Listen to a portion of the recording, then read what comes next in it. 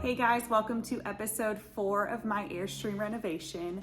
In this episode, we will be going through the beginning parts of the window restoration, starting from taking it out of the frame all the way until window tinting.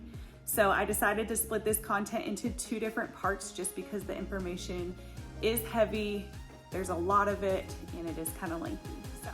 Okay, so first you're going to start by moving the whole window up, and then you will see here there's some screws on the levers, so you're just going to undo those. That's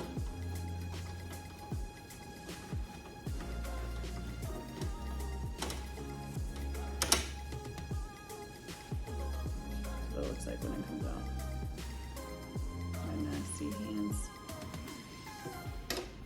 And I kind of loosened them before. Some of them are pretty stuck on there to where I had to take out different parts of the window because they were so rested on there.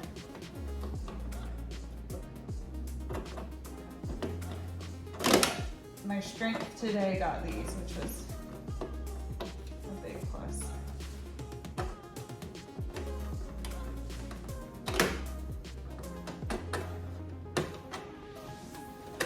So once you get that out, you can actually, if you pull down, this comes out of the slide, and then you lift all the way up, and your window is out. Okay, so now that you have your window, you're going to flip it to the front where there are all these rivets, and what you're going to do is you're going to go ahead and take those out. So what you use is, or what I use, is my drill. You're just going to go in the center. You can either tap them or you can just start drilling in the center. Make sure you're going the right way and drill them out.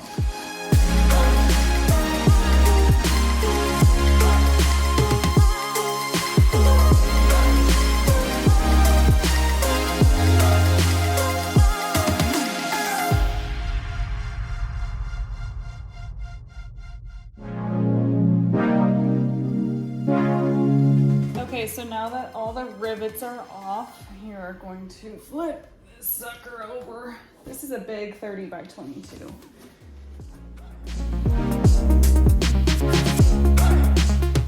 Okay, so now what you see is the middle lines. So you're gonna kind of want to score them if they're not already scored. And this is what the two frames pull apart to expose the whole window. So first I go in with the anvil, see if I can get in there. Oh yeah, this one's gonna separate nice. It's already separating, this never happens.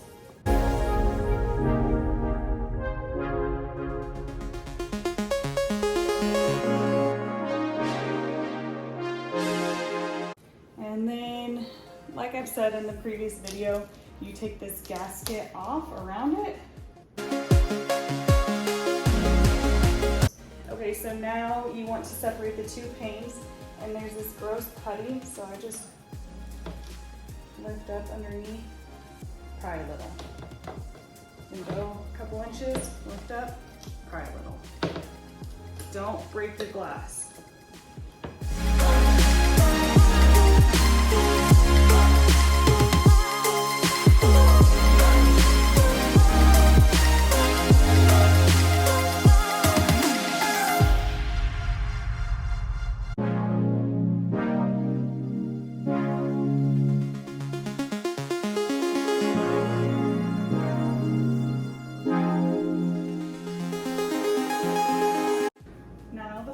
Part, look at my hands, how gross.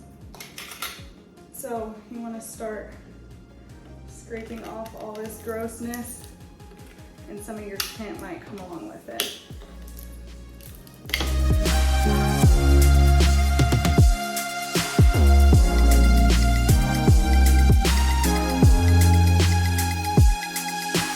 So the next step is cleaning it. So what I use is just a brush I got from AutoZone.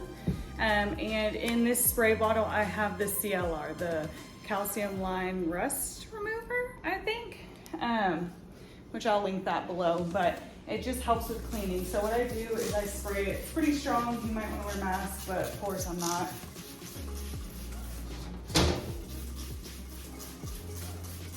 I spray it on there, let it soak for a little bit, and then I'll come back. All right, so it's soaked for a little bit. I'm gonna take my razor blade and again, go over the edges, and that's where all that grime is, which is easier to get off and not as sticky. And it's also where a lot of the dirt is.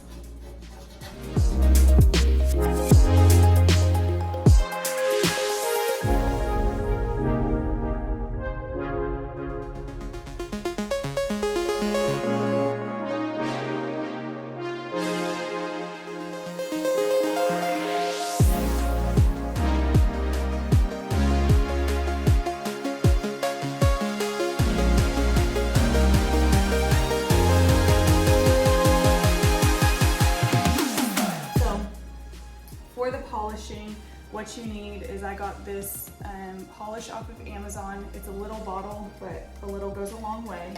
Of course, my handy dandy scraper that I literally use for everything. Got some shop towels. I got my glass cleaner here.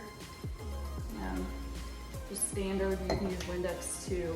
On some of them I used an all natural one that I just had. And then you need your felt polishing tips that I put on the end of my Ryobi drill with the polishing attachment. It's a little bit too small for the polishing attachment, but it works. So I just put little dabs everywhere. And then what I do to not dry it out, I use glass cleaner.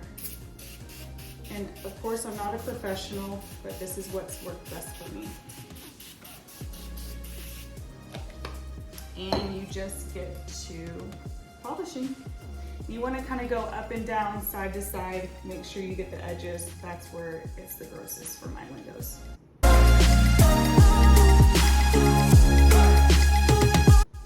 right, look how gross that is. So that's why polishing is key. To clean it up, I just give it a little bit more spray of my glass cleaner. Take a shop towel. Really clean up everything. And of course you'll go through it again before you stick the two paints together, but this gives it a nice, clean, non-sticky start. Now I was telling y'all earlier about how you know the difference, or how you can kind of use your context clues to know the difference between the outside and the inside pane. Well, to see the difference between the top and the bottom of the pane, one, a lot of them have the emblem, like the little, I don't know if you can see it there. Can you see it? See the PPG, or yeah, PPG. And then that's gonna be at your bottom, obviously. And then there are little marks, see, you can see it right there, if my camera focuses. So those two marks, I don't know if they have to do with, one, just to know what's your top and bottom, or two, if they have to do with the frame and how it clicks in. And those are always gonna be at your top. So that's always also a good indication.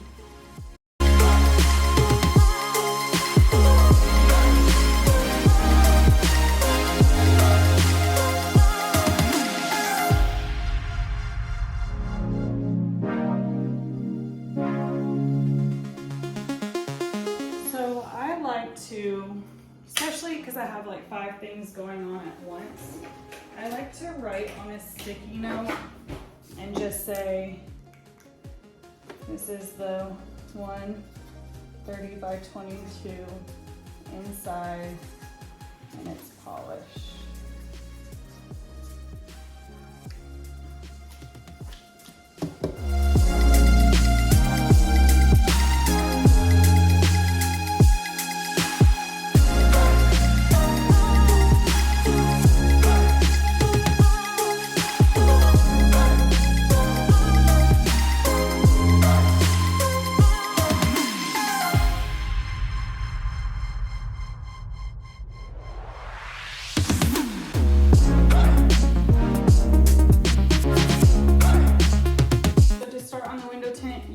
to roll your tint away very gently. And then you want to clean your surface super well. You will see this forever. Make sure you are tinting the outside pane, but the inside of the outside pane. This is the top because the little dots are up here, and the emblem is down here for the glass company. And this is the inside because it is, the Airstream is curved on the outside, so therefore it's the inverted curve. So I'm gonna clean it very well. And I like to use shop towels, one, because I have too many Australian Shepherds and so they shed a lot. So any of my microfiber towels have hair on them.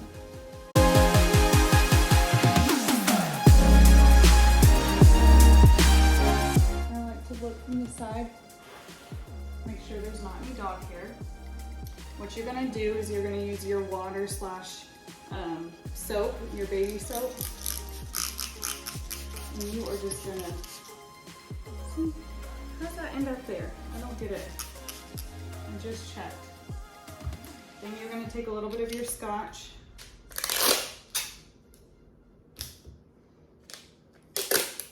Take a little bit of this. Just a teeny tiny little piece.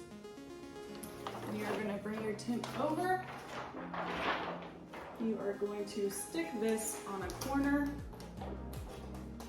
and start to peel away.